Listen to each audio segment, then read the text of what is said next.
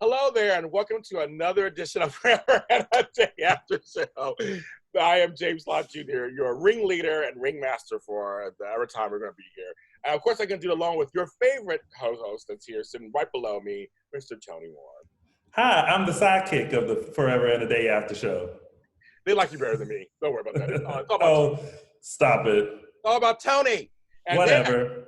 Then, in the corner, we have one of the writers of the show who actually wrote episode 9. Her character is always unpacking boxes or doing some work at Prodigy. I don't know what's going on. Always trying. I don't know what's going on. She works a lot. But she also has her own series, which I'm on that series, Broken at Love. So we're going to talk to her about all of that. So let's welcome Karolina Sivas. Yay! I gotta say, I appreciate how hard James works for me to get off work. I appreciate it. I do work a lot. And then when exciting things happen at Prodigy, like Melanie and Antoine and Danielle, where was I? I was not even at work. In the back. He was in the back stock room. Probably, no, I think I was with Caitlyn. Either she's working or with Caitlyn arguing about how just arguing, just having a fight. Just being immature. Yeah. We're going to talk about all of that, of course, in the show. But before we begin, I got to make sure you know it's Soap Sunday on JLJ Media. Yes, it is, kids. So we have this show first. This one anchors as the first Forever and a Day after show. Then we have Bold and Beautiful Mini Spotlight with me, Tammy Govea, and Amanda Russ. We have a lot to talk about this week again. Oh, my goodness. Love me some Denise Richards. We're going to talk about all of that next. And then at the end of the day, we have GH Mini Spotlight, me, Lucretia Lyon, we're bringing all of a sudden Conor Renata and Frank Moran's a whole gaggle of people. We're going to talk about why Nancy Lee Grant's character screwed her man to death on television. It was a crazy, shocking episode.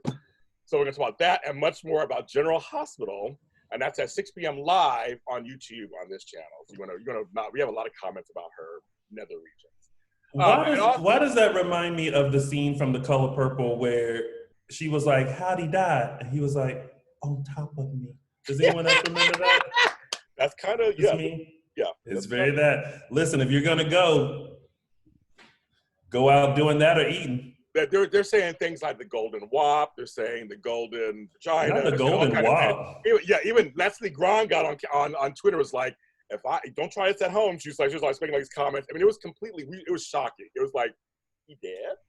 She's like, "This explains my Twitter feed." I was so confused. Because the whole thing was like, she goes, "Do you want a foot rub?" And she's like, "I'm bring him coffee after they had done it." Because your foot's cold. And then all of a sudden she's like, kneel. That's it. Her man died in her bed afterwards. So we're going to talk about all of that on General Hospital Day. It's very interesting. And our sister channel, Dish and Days. Tony, what's happening today?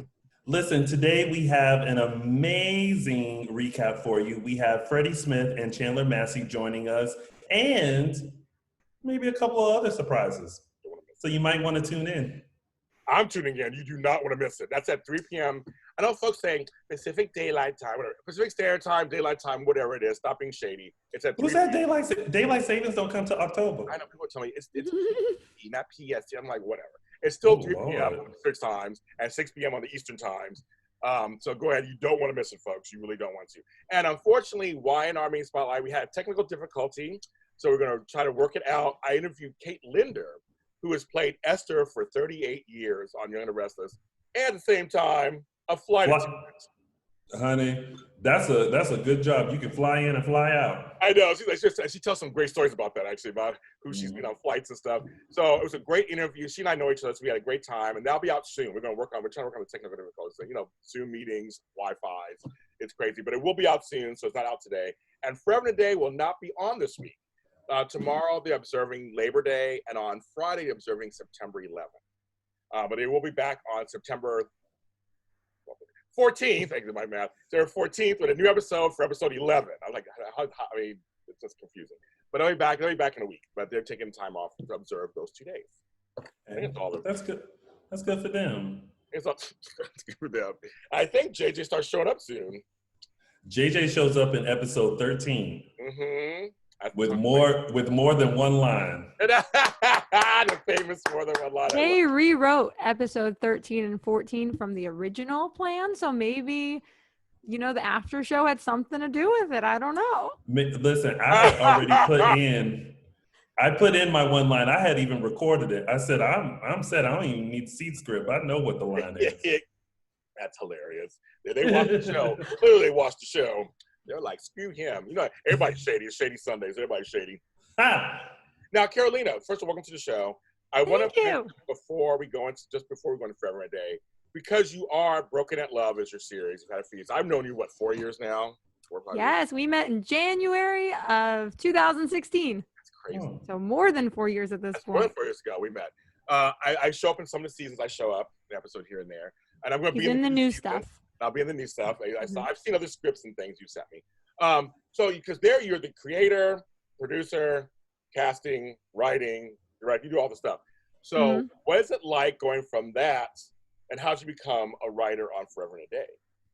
Well, I've been a guest writer. So I was just asked to write episode 9. So I can't really take credit for much of the other stories going on for the season. They had 8 scripts before Candace had sent me a message asking if I would be interested in writing. And I had a Zoom meeting with him, Casey and her, and they kind of broke down the show. Casey ended up sending me the first 8 scripts. Then he said, would I like to write episode 9? And that's kind of how I got involved. And then halfway through writing episode 9, they offered me Laken. Okay, so so when you read those scripts, is it easy to come in and write someone else's show? We didn't have most of the actors. So we had Stephanie and Isaac, I think, from the script that I was working on. And I had gotten Kalia involved to play Leslie during the time I was writing, which really helped with those scenes. But they struggled to find an Alex and a Colin. It was one of the last 2 characters. So I was going off of just imagination on that point. And I was pretty much responsible for deciding backstory. And that was a lot of power. I mean, like, I got to shape Donovan. Donovan's backstory, I found it hard to come up with backstory until I started going back to my tried and true method of my real life. So Donovan is loosely inspired by the inspiration of Broken at Love. There was a lot of things that I just there's a story, I said it when I took the Instagram takeover, there's a salon story. That was a real story that I wanted to do in Broken, but it didn't make the cut. And so I just kind of amplified to a creepier level the stuff for Donovan. But and then some other scenes and stuff were things that didn't make it in Broken that I thought would be better suited for this. And that was, one of them was Colin's monologue about the 3 kinds of loves.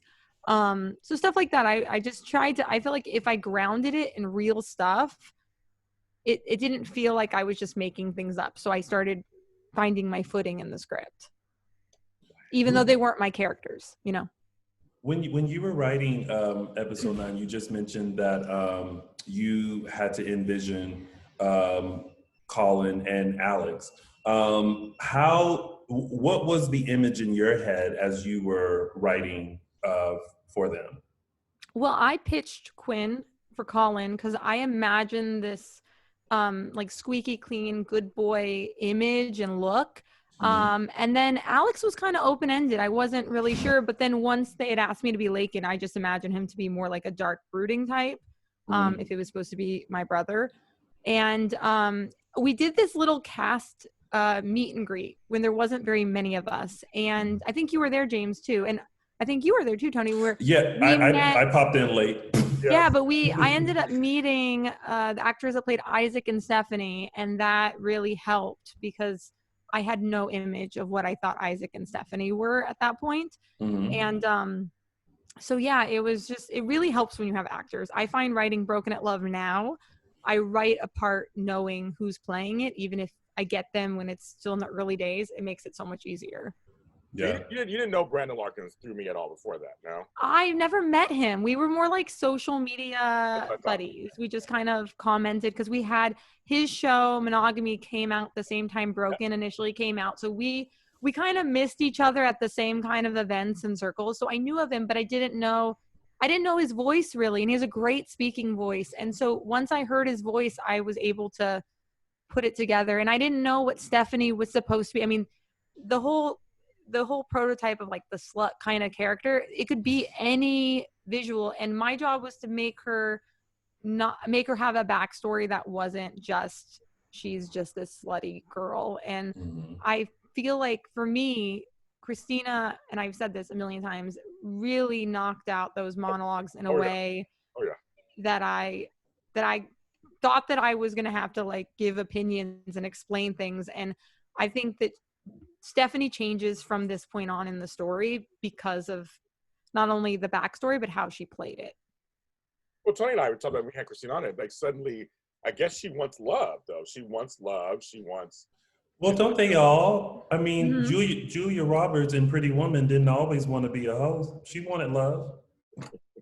She found it. Night one, though. I mean, it doesn't happen for everybody, but night one is when she want rich love. Let's not get confused here. I think, you know, in that context, you know, that works too. I think he just so happened to come with all this money and power. So, you know, they were a great match for each other. I don't know. I love that movie. I've seen it so many times. Me too. Every time it comes on TV, I'm like, I mean, I might as well. I mean, it even got me thinking, like, what if I just go out one night and see if I can pick up the man of my dreams? Maybe he's out looking for me, and I'm not there. So I keep what a hopeless romantic. Hopeless romantic. See, there you go, right there. No, but I thought it was very interesting because that the script, there were a few things I could tell because I know you. There were a few things in the episode, and I was like, that's totally Karolina. I totally get it. Like, the monologue was totally Karolina. So my sappy romantic writing is definitely me. Yes. I was funny. Quinn said the same thing. I love Quinn and Colin so much. / Colin. I love them so much. It made me love him more. If you watch the show, I love you. That's my fan on the whole show, and so that made me love him more. It made me feel bad. But then I have to ask something, because in one part of the script, Alex and Colin are going at it, right? Leslie's there, and Leslie's kind of like, oh my, you knew it. What happened? She said that, no, I met her before too. I met Emma before too. It starts coming together, but then it's all of a sudden we come back and it's just it's just Leslie and Alex talking about, like, what happened to Colin? Like, we don't know what, like, it's kind of like. Well, it was indicated in the line that Colin let them have some time to talk, and that was more just like a writing stunt to remove Colin from the scene. Mainly because I don't think Colin had any more purpose in that he kind of hit the climax note in that monologue. But my big thing that I pulled from with that fight, because it's hard to write a fight and not make it cheesy, and so I didn't want it to be cheesy. I wanted it to seem realistic, and I think Tyler, who plays Alex, did a good job with how little he had to say in that first part. But there's this reference in the flashback that I caught in episode 4, I think it was, when Emma calls Alex Al. And I just went with that, and I made sure that it was constantly a reference, and just Leslie being like, it's a nickname, you know, like, she gave you a nickname. And Leslie going off was easier for me to write than any of the guys going off. So I really went with her, you know, just being like, you guys like recycling the same woman. Like, is you like something wrong with you? Like, I knew it. I like just this level of not like that she's not trusting him comes out. And so I felt like that the two of them left together, since Al was mentioned and Colin kind of said his piece about having a baby, and then trying to kind of convince himself that he was happy with the scenario that he was in. It was just a lot of different things. I actually wrote their scenes first and found those to be the easiest. And we ended up getting, I told you, Kalia to play Leslie during it. And I think they had signed on Quinn before it was finished. So it helped kind of finish it. Is there a storyline besides your own that you were like intrigued about before you started writing episode 9? Like you looked over the other scripts and thought, oh wow, like I really, really like this one. Yeah, I mean, I think the Emma story was the first thing that I read where I was like, this is so soapy. Like, it was just one of those things where I read it and I was like, and when I'd read it the first time, the story had shifted a bit about how her pregnancy was going to be, and the father and all these sort of different things with the story. And so I found that the most interesting because I think that was the one they labored on too a lot, and I got to watch how they were laboring on the decisions, and it played so much into the actual episode that I ended up writing. Oh, okay. Yeah, because like I said, things start coming out. I mean, and Leslie was angry both episodes. Leslie had a lot going on. Where's my daddy? Where is he in episode 10? Where is he? And then yelling at Antoine, and then taking over the interview. And also, so both episodes, Leslie has a lot on her plate going on right now. She's like, Leslie's my favorite character, I'm not gonna lie. Like in a real world, I feel like Leslie would be a character that I would want to play just based on type of her personality. And so that's why I was such like a champion for them to get Kalia, because I knew that if you don't get the right person, that whole thing will sink, because she has to be loved and hated. And I think when Kalia performs, her dynamic with each actor is different. She brings a different energy just in the voice with each actor. And yeah, her dad is a whole different story that I find very, very interesting. Yeah, you're very right about that, because like I feel like she does possess like these very strong qualities. Like with her dad, she's obviously very protective. With Colin, she's very like she's very, you can tell she's very sorry for what she did, but it's kind of like, I have to do what's best for me and not put you through this.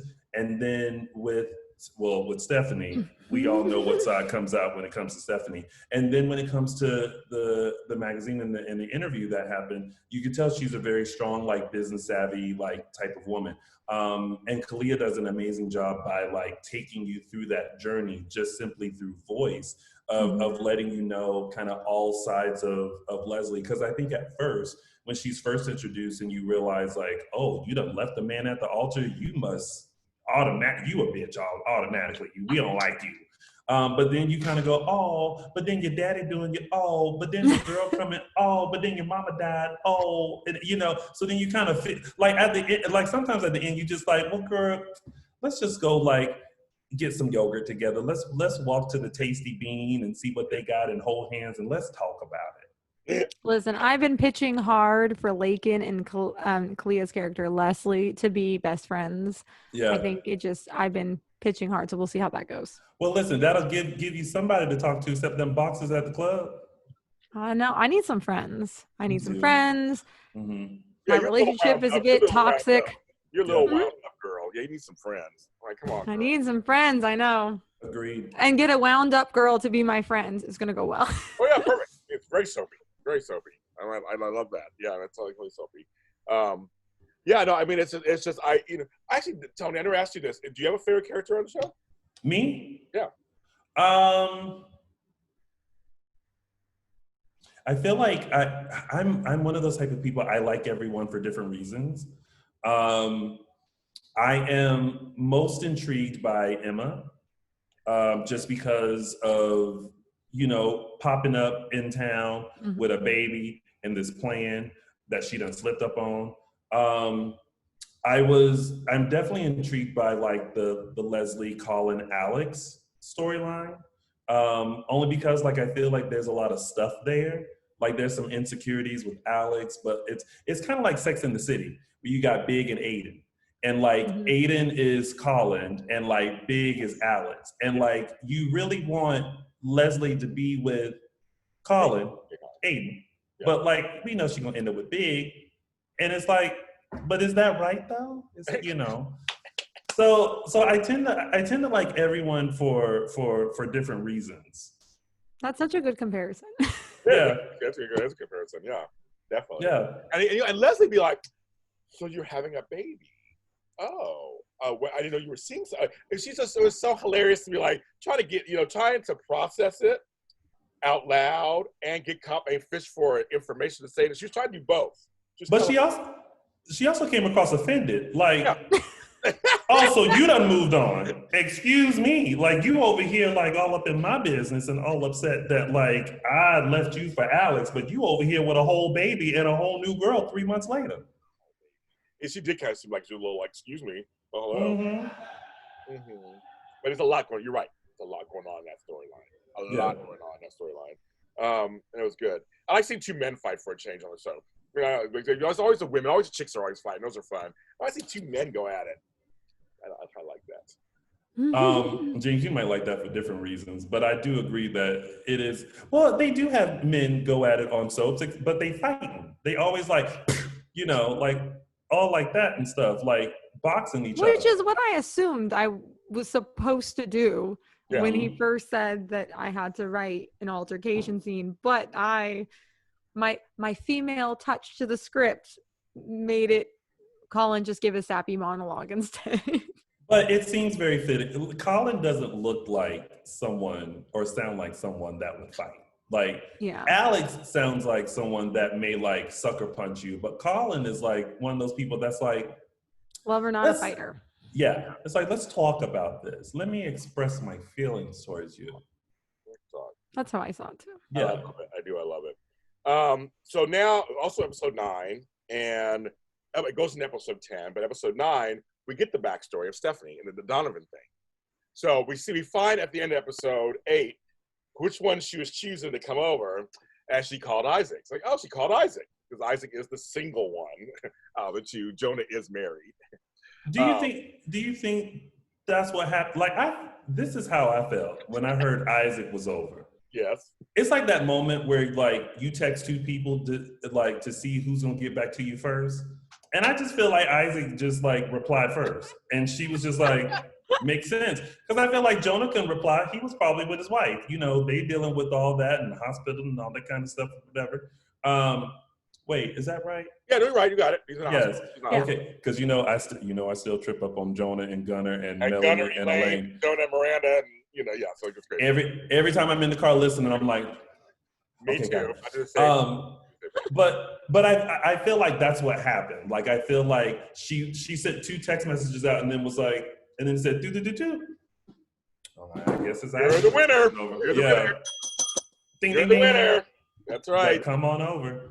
Come on over. Come on over. Seen a reference. With the writer here, what were you thinking when you chose? Were you told to choose Isaac? I didn't choose. It was just Isaac and Stephanie. Yeah. I was supposed to make them get closer. That was definitely. Well, he was ordering on it. Okay, girl. First of all, I got hungry because he was ordering that food. I was like, and we'll do this, and we'll have about 5 of this, and I was like, okay, I'm starving all of a sudden. Going, what the this is an ongoing joke between Brandon and I. So here's a backstory. I was trying to fill the page initially. Like, it was one of those where I was struggling. So I was trying to fill the page. And then it just became funny. And I thought, what if he goes all out and ordering this big Italian feast? And she's like, I don't think I'm going to be able to eat this. You said that. I was like, I could, girl. I could. During quarantine, there's this Italian restaurant that my family likes to order food from, and I was just looked at their menu and looked for like items. And listen, in the beginning it was hard trying to fill a page until it started rolling, and so at that point, and then I thought it was funny, and then when Brandon did it, I was just like, this is hilarious. And maybe he's the kind of guy that goes above and beyond with his gestures, and then it's like, well, some guys try a little too hard, but we should appreciate that instead of too little. That guy is hungry. Like, that sounds like that's what my friends and I do when we order. It's like, what we doing? We doing an appetizer? Okay, let me get that. But should we get more than one appetizer? Or we should get 2, right? Okay, so we gonna get those 2 appetizers, and then like, what do you want? Do you want an entree? Well, I can have some of yours because I'm gonna get this. And like, that's a whole thing. So like, I appreciate leftovers. Yeah, leftovers are the best thing. I agree. I agree. Love a good leftover. I do too. But I was getting hungry. I might steal that for one of my shows, Karolina. as a thing. Oh, food. I think it's kind of funny. Mm-hmm. I was laughing. I was like, well, that sounds good. And she's like, I'm gonna eat all that. I was like, no, I can't, girl. I'm for them. But you know, as we dived more into Donovan, I have to say, as I was listening to her kind of like describe like the relationship and stuff, my first thought was that must be some real good D for her to get so like wrapped up in somebody that obviously has like some red flags. Like I feel like you can sense creepiness in somebody, but sometimes you get a little demonetized. Yes, you And do. like Guys, that's right. and you just think like, you know what, I'm gonna hold on to this crazy, I'm gonna try to rein it in because it's so good. But I feel like it got a little out of control for her, and she was like, well, now I'm scared, but it's really good though. But that was my first thought as she was talking about Donovan. I was like, he must have laid it down. I don't know why I thought that. It was also 1 a.m. when I heard it. Well, so. I just imagine Donovan is just like so attractive that, you know, you just ignore. You got a tattoo. Remember, like there was a thing about the tattoo. Like I just feel like he's so attractive. And if you're young and stupid, like I've been in my day, you ignore those things because sometimes it seems like sweet gestures. And I think a lot of the times, like the nicknames that he gave her is weird because you're listening to it and you're saying it's weird, but in the moment, maybe she thought it was sweet. I don't know. Like, what was your biggest Donovan red flag? Do you have one? Who, me? From that story? Yeah. Yeah. Story. I mean, just like, I can't even like pinpoint it. Like how he's showing up? Well, even a certain way. He talks a certain way. I thought that's kind of weird. Yeah, but it was definitely weird when she was describing like when she came out of the nail salon. Yeah. And he was like across the street. I was like, that was a real story. That happened to me. But I was a hair salon. But then I thought I'd change it by saying nail salon. Yeah, that happened to me. That happened to me. Except I didn't run in like a sheer panic because that sounded more dramatic. I just scurried away very quickly around the corner and kept going. When I tell you, I would have done the zigzags. I would have been going in and out of buildings just to confuse them. Well, it wasn't in New York. It was in LA. And it was a hair salon. And then I saw him across. It's always a sad story. I saw him across the street. But I first looked and I was like, yeah, I kid you not. I said, man, who's this guy? He should have played Holden. I said to myself, because that's the inspiration. And then I was like, oh my God. And then I went back into the salon and then I had my hairdresser touch up my hair just so I looked decent when I walked out because I went to do my nails. And I walked. Listen, I was filming the next day. It was, we ended up filming one of the episodes the next day. This was way back in the day. But it was one of those experiences where we tried to do it in Broken, but I felt like I couldn't visually capture that sort of thing. If you look at the Broken at Love season 2 poster, it's Holden and Vivian and her mom. And if you look at it, it's in front of the salon and he's sitting on a curb with the beanie and the glasses and the whole thing. So I just did like a visual picture. But yeah, that was a very weird experience. And I'm so glad it made it into a script. That sounds weird.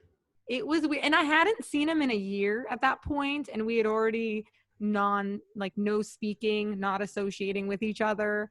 I ignored any sort of communication attempts, but I had released the Broken at Love teaser trailer 3 days earlier. So I don't know. I have that's not the first time I've like scurried away. You might see something with Jameson and Vivian in the new season. I just like people show up and I run away. Yeah, I think to myself like, oh, I'm gonna tell them off. I'm gonna like give people a piece of my mind. Like I'm that kind of. Then I see them. I was like, nope, don't want to talk to you. Bye. Don't nobody want to associate with crazy. Not that but no, I'm just saying. No, the real and the character I would say are both crazy. But when you're only like 20, 21, your brain isn't developed yet. That's what I say. So that's true. And then Donovan bought a place near Stephanie across the street. Yeah. How do we like Donovan's one line? He had one line Cliffhanger. He did. Oh my God, he did. Look at Tony, he did. That's what he did. I liked it. It was good. I did too, but I was like, oof.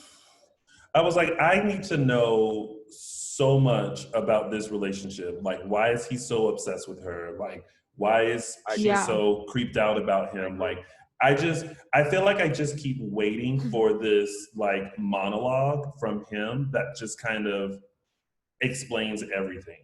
I agree.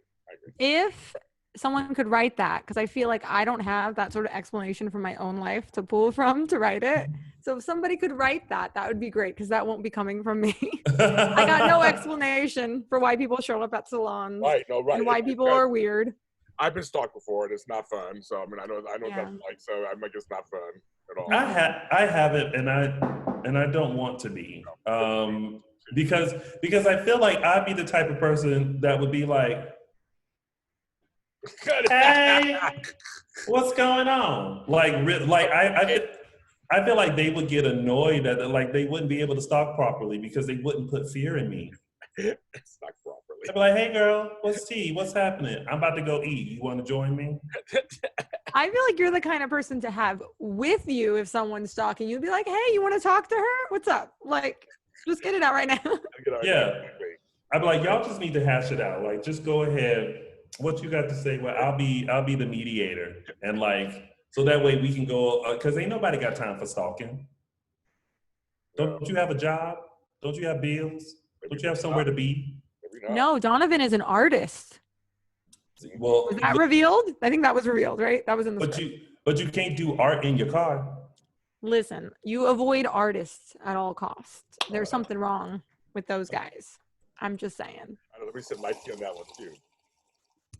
But yeah, it was, so I guess according to Casey, I made him an artist, but Casey had indicated in a script for the future that had something to do with art. And then I thought, well, Casey made him an artist. So I just kind of went with it. But I think that makes it interesting because if you've ever met an artist, they have no job. Their job is, they're much more go, on whim for things. So that allows Donovan to just pick up and move somewhere and, start being creepy in person for the show. I don't know what episode Donovan reappears, but I believe it probably is the week we come back.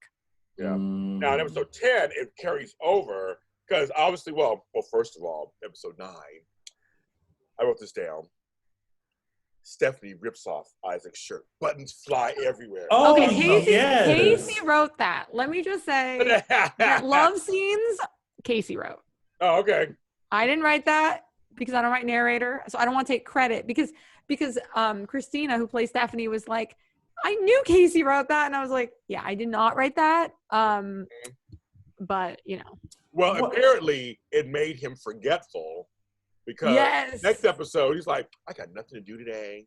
I'll be with you. That interview with Gunnar is tomorrow. Like somehow he just like the phone charge. You couldn't find the phone charge. This is why Donovan is obsessed with her. Clearly, she just messes up men. I bet she does. I was like, he was just like, I don't know what's going on in the world. I'm just all yours. And I couldn't stop laughing because it was just like, because Leslie's getting upset at the office. Like, where is he? Where is he? And he's just like, let's just go to the cafe and hang out. It's like, we saw your father at the cafe with Stephanie. And Leslie's, I can see her eyes bugging out. But he's at the time of his life. He was just like, I got nothing to do today. It's all good, girl. It's just you and me. And I was like, oh, okay. So he was whatever hypnotized by her apparently, and just he was feeling free.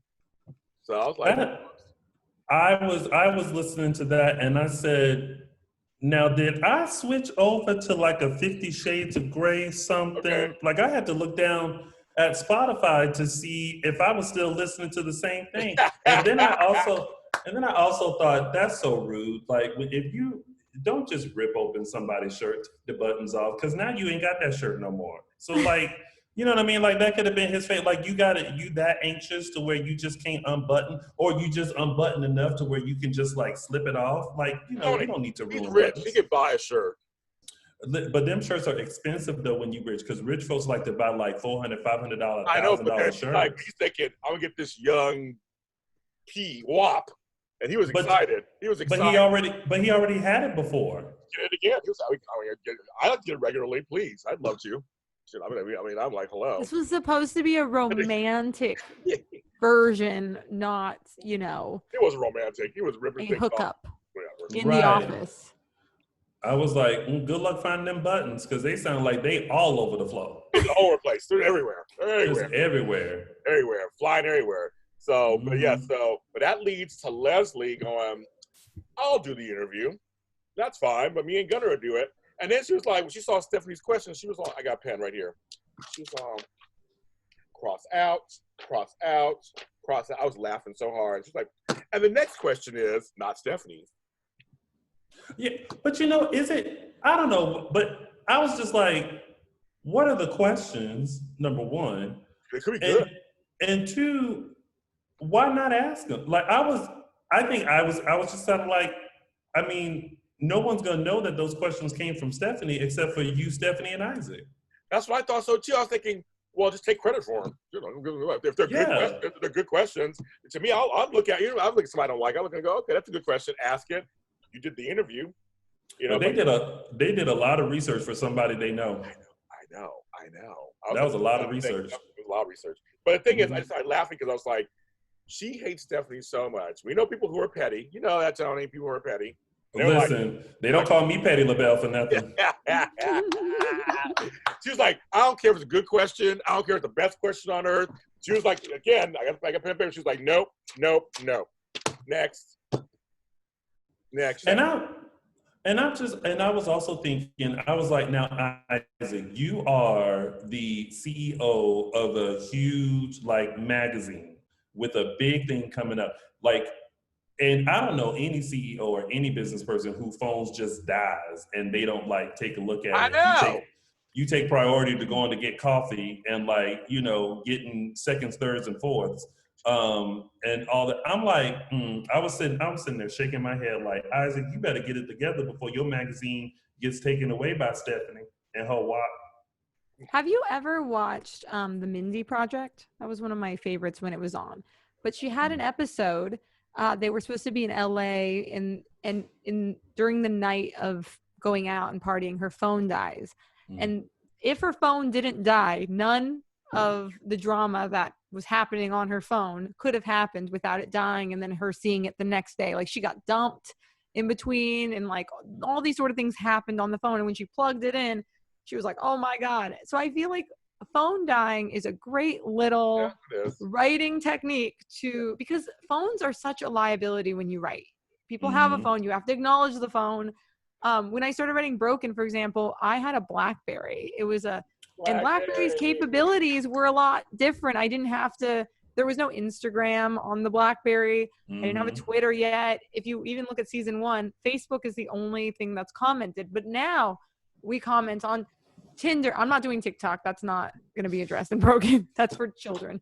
But I'm like, we have to address Tinder and we address Instagram and Twitter and all these other things. Just you feel like you have to acknowledge phone stuff. Phones have to be around. So I think when you make a phone die, it just frees up a lot as a writer. Yeah, because a lot of things can happen when you're not paying attention to. And don't you ever feel like if your phone dies, that's the time when you turn it on, you get messages, but then you stare at your phone plenty of times when it's on and nothing's happening? All the time. I sat here during quarantine. I get 3 phone calls. James, my mom, and sometimes my friend Paris or Stevenson. So really that's 4. Other than that, this phone sits here quiet. Sometimes I feel like calling Sprint and saying, you know what? I feel like you should reduce my payments because they don't really get that much usage. I can actually just use my laptop instead of going on Instagram and Twitter on my phone. I don't get that many phone calls and text messages. So yeah. But as soon as I'm away from it, it feels like the world is just coming down. I was like, where y'all bitches been this whole time? I done sat on this couch for 6 days and no one said anything. But the 2 seconds I'm away from my phone, everybody wants to call and text.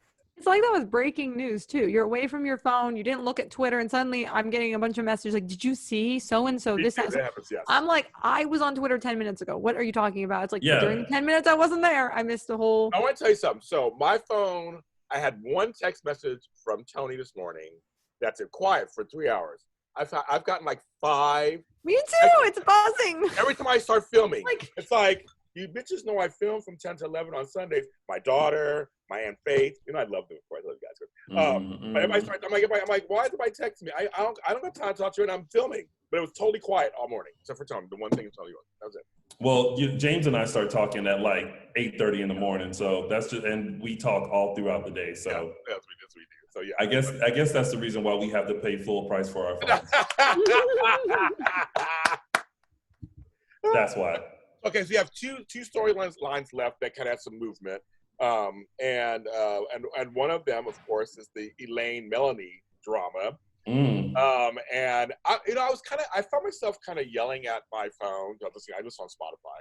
You can find a show anywhere, folks. I mean, any streaming service. But I use Spotify. I like Spotify and Apple. And Apple. Those are the ones I watch.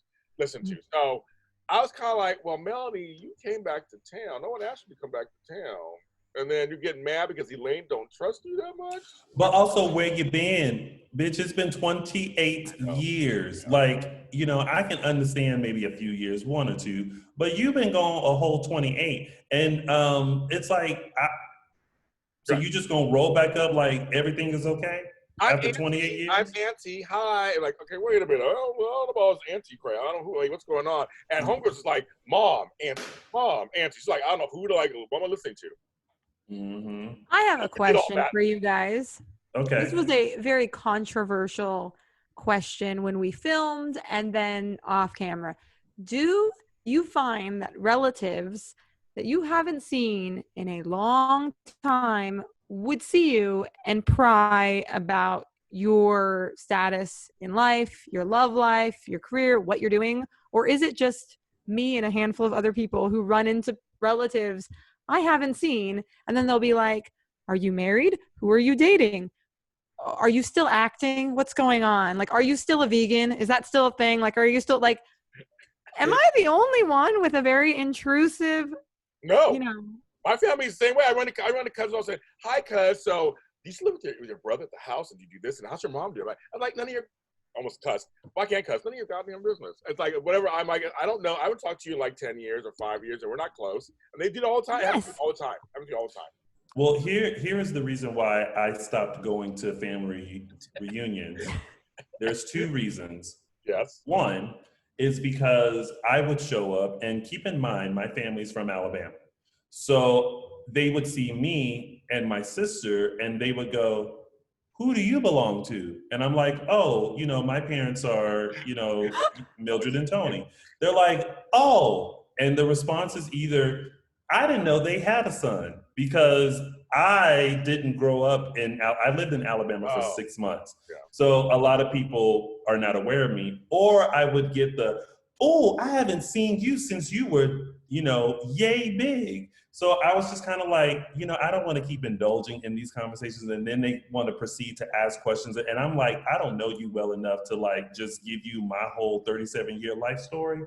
And then the second reason why I stopped going to family reunions, my aunt got into an argument with a cousin. And I only remember like that cousin talking to my cousin, my aunt's daughter, oh, you don't hit other people, or you don't interact with people that way, like kind of like schooling her, and seeing my aunt running down the hill, swinging her purse towards the cousin. And I was like, and at that moment, I said to myself, no more family reunions. I'm good. I'm afar. So no more. That's what's funny. So all that, I agree with all that. That's why I'm like, man, I'm not near I don't know family reunions either.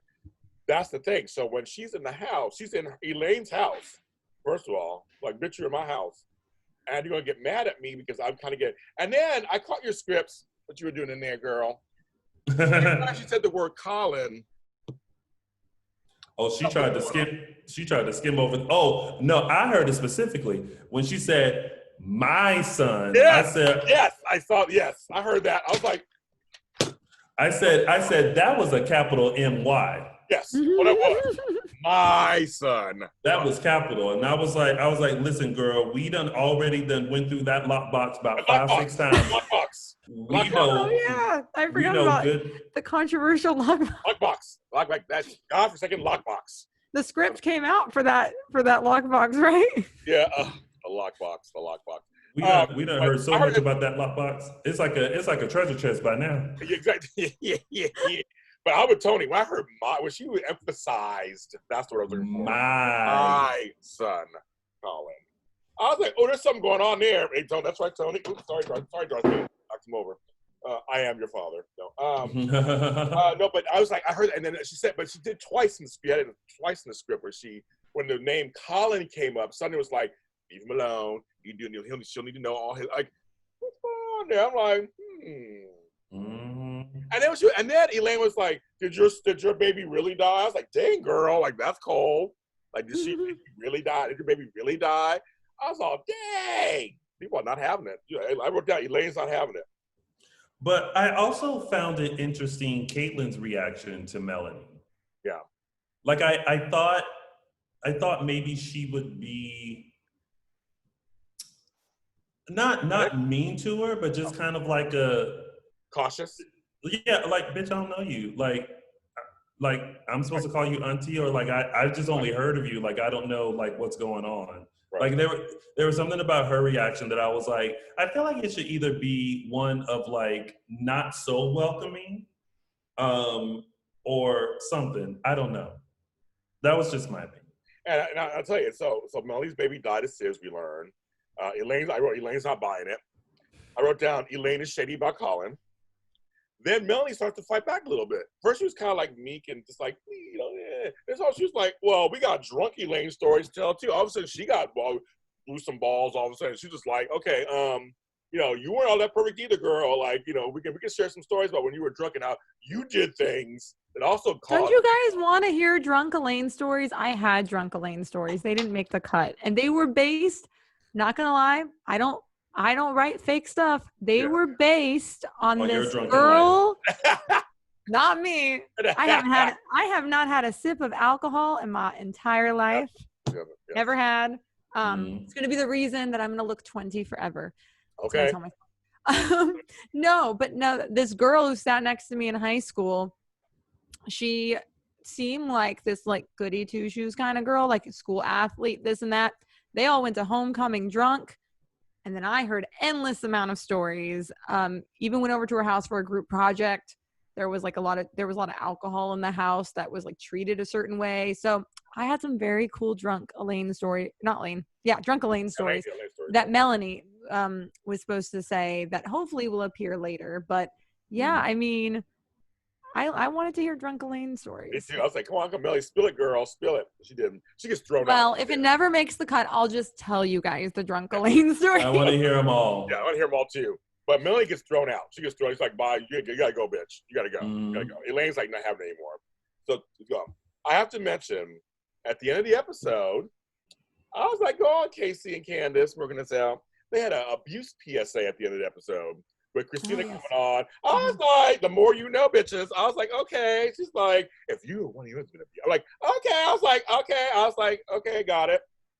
Me too. That was like a neck pullback for me when I was in the car. Cause like I was like driving and it was like, if you have, and I was like, oh, okay. So we trying to be like all the other shows when they like do like serious stuff or they feature something, they always have a hotline. I was like, that's how you know people pay attention to TV, to know that like I got to input this in so the folks can know. When General Hospital started the Alzheimer's storyline with Sonny's father, they did that at the end. They would do this so if anybody has Alzheimer's, I thought it's kind of cool. Actually, I think it's cool. I just thought, go on, Casey, work it out. That's what I thought too. That was good, cool. I said, oh, okay. Now the last storyline little piece we have it was a little piece. Danielle gets some more photos of Laken and Caitlyn, and someone's sending them. So we don't know at this point, we don't know who's sending them. You guys have a guess? I don't. No, I really don't. Last time I didn't really know for most of the time, and I'm still not sure if they're gonna go the direction that they told me or not. So I don't know. We're both trying to figure it out. Last episode, we're talking who is like, because so far, I wrote down, Jalen gets exposed to the lesbians, and gets a directive to expose it for the big night, of course, and then they'll get more information for the next. It's almost like a treasure hunt of the next step at $50,000. And so I want to say, I mean, so now's the time for us, because you're on the show. Now we talk about the acting part of you, because you're on the show as one half of our lesbian super couple, Caitlyn and Laken. I mean, what do you think is going on? I mean, it's kind of crazy. I think it was very interesting in a different episode when Tony brought up, why is Laken so upset? And I agree. Why was I so upset? And I think, well, it was this like discussion we had, and I think that Laken, like, the apple doesn't fall far from the tree. I mean, her family is like, her dad is a bit horrible, her brother is a bit horrible, and I'm hoping that Laken will become a bit horrible, but everyone thinks she's just so great. But yeah, I think she's got commitment issues, obviously, and that's probably the biggest reason. But I don't think that the pictures matter to her as much as it matters to Caitlyn. So I'm not even sure how genuine she really is about being sympathetic towards it. I feel like she's got one foot out the door in case she wants to go out the door. Like, I feel like that's her approach. So kind of, I feel like, I don't know. I feel like because in this time, you know, where people like to post their stuff everywhere, it seems like she's on the losing end of this relationship as far as having to keep it a secret. So, you know, I feel like maybe it comes out would be a good thing. So I think she's kind of like, you know, either I got one foot out the door, or this will be what would help, you know, so it could be public. So I feel like Caitlyn runs this relationship, in my opinion. I feel like she caters to her versus, what has Caitlyn done for Laken? Just, that's all I'm saying. What is she doing for me? What has she done for me? I know what is she doing for nice me? stuff for you, but what has she done? What has she done for you lately? What? I'm just saying, like, I feel like I'm constantly having to calm her down or work her up, depending Always. on I know you guys always do. Always. So I feel like, you know, their relationship's got some holes in it that they're using other stuff to kind of be an excuse. So what do you think, Tony? You said you're the one who caught her being always angry. What do you think? About? Well, you said it's all this anger going on. Even though they seem like they love each other, but it's all this anger going on, just like, you know, and secretness, and, you know, oh my God, everything, you know, it's just so dramatic. Well, just a soap, but it's dramatic. I don't know. I feel like maybe when there's a slight change in the dynamic of the relationship, that's when like something goes off and you're like, well, why are you doing this now? It's kind of, so, you know, even though for me personally, I was like, why is she mad that like her family knows? Like, now it should feel like a bit of weight off the shoulder. But I think because that's just how their relationship has been for so long. And I think also she could be thinking about like other stuff, because she even mentioned in the episode about like how both of their fathers are these two powerful people. And I think on Caitlyn's side, it may have more of an effect than on Laken's side. You know what I mean? So it's kind of like, let's not be the reason anything gets screwed up. Yeah. We love each other. We are in our own bubble. We are in our own rose-colored glasses. We not involved in all this political stuff, but we don't want to be any reason why either one of our parents like lose the election or anything like that. So, and their brothers hate each other. So it's like their brothers hate each other, but Colin always talks very favorably about Laken, but I don't think I've ever heard Laken talk favorably. She's too busy. You're working. You're always working. The alcohol ain't gonna stock itself at the club. Hello. You're a management. Why are you stocking alcohol? You're the management. Like, I used to work in restaurants and bars and so, like, you should be busy, you know. Maybe she's a type A micromanager, which is like the worst kind, but maybe that's what she is, you know? I don't know. I'm happy she has a real job. That's all I'm saying. Like, at least she's got a real job with very rich parents, clearly. Yes. But also at the same time, it's like, do you think that my brother's a lawyer, but like I had to like hustle really hard to get this management job. So I might not be as, good in school or maybe as like doted on as he is. He's probably the golden child, That's what I imagine. I mean, how many mom scenes have I had? None yet. None. I can't wait. I get to be reunited with my mom. Oh, I feel like at this point you need that because it's. I know. I think it would be awesome if they had some sort of. Again, Renee. I don't know if you know, Tony. Renee is in Broken at Love as my aunt. Oh. I have known her since 2013. She is more amazing than as an actress than I feel like you guys can even tell yet. She does an amazing job in the finale. But she's a great actress, and I was definitely responsible for picking her to get her on the show because I liked getting to choose who plays my mom. But yeah, she's an awesome person. So I definitely hope for stories with her. I love that we get to use the same actors and things. I'm poaching a few of you guys from some of my shows too. I am poaching a few of them for Broken. Maybe Tony might get poached too. I don't know. I need some humor. I will like to be poached. Will I feel you? like yes. I feel like I'm out here trying. I don't get poached.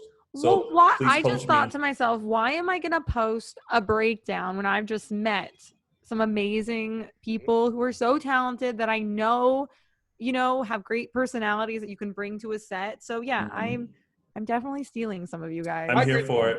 I know. I agree. Sounds good.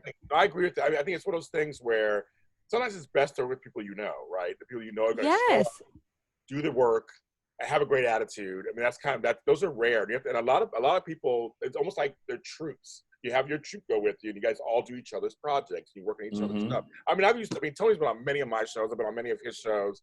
I have friends. We do that with each other. We just pass each other around. And you also know it's easy. I know when I talk, okay, I'm doing the show. And Casey Hutchinson is now texting me. Hope you had fun. We're not done yet, Casey. I'm saying, Casey, we're not done yet. We're not done talking. I tell you, my phone was silent, so I started doing the show. Lord, Casey. My mom is sending me posts from Instagram. I don't know what they are. Probably food or something. And I'm like, that I'm doing this. What are you doing? It's buzzing. It's funny. We love Ida. Hi, Ida. Okay. Anyway, but I just want to say this the last. I just want to say that I think it's just great when you have people you can work with who want to work, who want to do stuff, and you help each other out. I told them. That's the kind of thing. You help each other out, and you all get exposure together. Like my audience now will know who Tony is, and your audience will know who Tony is. My audience knows who you are. I mean, I'm doing stuff with Brandon. I'm doing stuff with. We're all kind of like. That's what we do. We all do stuff together, and I just love that. That's how it should be. We're all out here trying to make it. And I told them when they did the casting, I was like, you gotta pick people who you can trust that will be there for you when you need them. And I based on what I've learned, everybody knows somebody in some way. Like Matt. I have poached Matt for Broken at Love. He's playing an age appropriate role, but like. I got him involved, but I didn't he knew Candace for at least a decade. So it's just it's great. And then he knows other people in the cast who I've met since. I know how many people you know from the cast, James. So it's like, I think that's the way to go, honestly. And it kind of gets some of the anxiety about, are these people going to be good or nice or whatever out of the way? There's some people in the cast that I would like to get to know. Okay. We were talking about that. Yes. Before the show. Oh no. Yes, I'm like. Listen, if Laken doesn't have a scene with someone, I don't feel like Laken and JJ are crossing paths. If we don't have a scene, Vivian and Tony's new name that I haven't come up with yet, we will cross paths. I love it. I'm here for it. Yes. I already have something in mind for you, Tony. And may I say, I got it just from watching you on this, not because we've had a chance to work together. Because I feel like you get to see how people are, and I feel like I'm great at casting. I feel like that's my strong suit. Listen, you guys love Colin. I'm responsible for that. I love Quinn. I love Colin. I think he's great. He's good. And I love Kalia. Kalia is she's great. She's really good. I mean, she's just like. She's one of those people who I wish we were in the same city at the same time when I was shooting Broken, so she could have had but she was in New York when I was in LA. She was in You were LA New when York, I was in New you were York. LA, yes. So we've missed each other for so long. But yeah, she's definitely one of those ones that I think Side she note, deserves to be the lead of this. I know Karolina, so my grandmother was in Brooklyn. So I actually met the guy who's in her house now, who owns her house now. He found me on YouTube. So yeah, tell you no story. Wow. I won't tell a story. I'll tell you a story off camera with me. But it's just funny. I got to meet the person who's living in her house. So it's That's crazy. I know it's crazy, guys. So I love New York, and I was always going there. So I miss it. I was like, oh, I live in New York. Me too. I know you do. We talked about that. We were going to film in New York at one point. That's what we were going to try. We still can. They seem to be able to film more than we can here. So I don't know. We just have to be quarantined for 1,000,000 weeks. So once that stops. That in Vancouver, they do the same thing there too. Canada seems to be shooting a lot too. 14 days first, and then they go. I mean, it's this whole thing. And I just watched a little side note before we end the show. EastEnders in England has a special clear screen that you can't see on camera. You can actually looks like you both are like together. And they're doing that too. It's very interesting. Oh. On my page on Facebook. It's very interesting how they're filming. They're gonna shoot it like Parent Trap. Yeah, basically. Split screen. Screen. Insert one person in later. It's better than Blow Up Dolls on Bold and Beautiful. Let me tell you. I'm like, oh. Does it look like they're kissing nothing? Because I've seen clips on Twitter and it's the hair, troubling. Okay, get better wigs, folks. Find a drag queen or something because you need better wigs. Because I'm like, that's not Catherine Kelly Lang's hair. That's not Zoe Barnes' hair. Like you can tell the hair part looks so frizzy and like kind of like. Not moving either. No hair movement. And the way that the guy puts his hand around the back of the doll, it's just like it's fake. I mean, I give him points. I love the show. I give him points for trying it. But to me, it's like maybe it's better just not to kiss. Maybe we should come up with a new plan of not kissing. Well, see, the ones who are in real relationships, they bring their real life person on for that scene. So is that like a casting advantage? You're like, well, my husband's a soap star as well, so why don't you come on in? And I don't even think they have to be a soap star. I think just as long as they quarantine with each other, then like they just want to use the back of their head. There is one. Her man was ex soap star, but the other one, I saw him the other day. He's like, I don't act. But they just somebody come in and kiss my wife. I'm like, that's a great job. Just kiss your wife. I think the spouses should be very happy with this. Oh, very happy. Oh, very happy with it. Them folks better get a check. So that's what they're doing. So luckily we're an audio soap, so we don't have to worry about any of that. We get to. I know. There's been a lot of love scenes that we have not done. Yeah, exactly. So we'll see what's going on there. But thanks, Karolina, for being on the show. Thank you for having me. Thanks for having you on there. You have to come on again. And if you stop texting me. So tell them where they can actually find you and all your stuff. That's what we want to talk about. Well, because I don't want to be stalked. I don't have personal accounts, but you can find me through Broken at Love. I have Twitter /Broken at Love, Broken at Love, the series on Instagram, and Facebook /Broken at Love. And you can watch Broken at Love, the series. Watch the first 19 episodes. I've written several more so far, and you can see the inspiration behind my version of Donovan in season 1 and 2 if you go to brokenatlovetheseries.com or youtube.com/brokenatlove. Yes, go there, and I'll put them in the description. Tony Moore, where can they find little old you? You can find Little Old Chocolate Me on all social media platforms at Boundary with Tony. And if you are a lover of Days of Our Lives, you can find me weekly on Dishin' Days on our YouTube channel, Dishin' Days with capital D's. That sounds horrible every time I say it. But we give you a full recap of the week's episodes of Days of Our Lives. So check us out every Sunday. You don't want to miss today. You really, folks, definitely, you really don't want to miss today. You definitely don't want to miss today. You guys get legit guests on. He does. Tony does. It's like legit. Listen, and if I do mine and Tony does his, it's hard. And if you tune in today, you are not going to be disappointed with the guests that we have today. I've seen it on Twitter. Mm-hmm. There's more. There's more. There's Tony. There's more. Yeah. Yeah. And then I was like, wait, we're still on air, so I won't say my rusty comment. You can't tell you on air what's going on, but you have to tune in. That's going to be really good. Yeah. Okay, so there's that. So me, of course. Oh, Lord, we're going to be here for 10 minutes. Okay, here we go. So JLJ Media is on all the social media platforms, of course. Go across the board. Just follow us there. We're also on all the streaming services. Every single one of the shows, from iHeartRadio to Spotify to Apple and Google. It is everywhere. Like, subscribe, comment. JLJ Media, Forever and a Day Aftershow. Then there's me. James Lott Jr. We can follow me where all James Lott Jr.'s are sold at James Lott Jr. on all the social exactly media platforms. I have a new album out with Chog. It's called the 4-song Late Summer EP. It's on Spotify. It's on SoundCloud. Sorry, SoundCloud for free. 4 songs by us. Check them out, dance songs. Check those out. I have the Tasty Bean book series. I started it. Book 1 is out now on Amazon. You can go ahead and get it there. It's like $5, folks. Go ahead and get one. The next chapter will be out this month, so you'll see that one. That's out there. And then, of course, just all my 30 shows on the network. JLJ Media YouTube. Go to YouTube channel. Make it happen. That's right. Subscribe.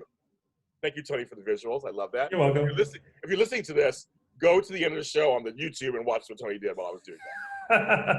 I gotta make sure you check off everything on the list. You sound like my friend Fobito is like laughing at me too. I shamelessly promote everything, bitches. No need to be ashamed. Yeah, I know. Plug it. Well, you know I'm not. I'll plug. Be like a Glad. Plug it in. Plug it in. We love you guys. Thanks for watching our after show. We have fun doing it, and we'll see you guys in a couple of weeks, I guess, because there's no shows this week. So we'll see you in a couple of weeks. So watch our old episodes. We'll see you next time. Bye, y'all.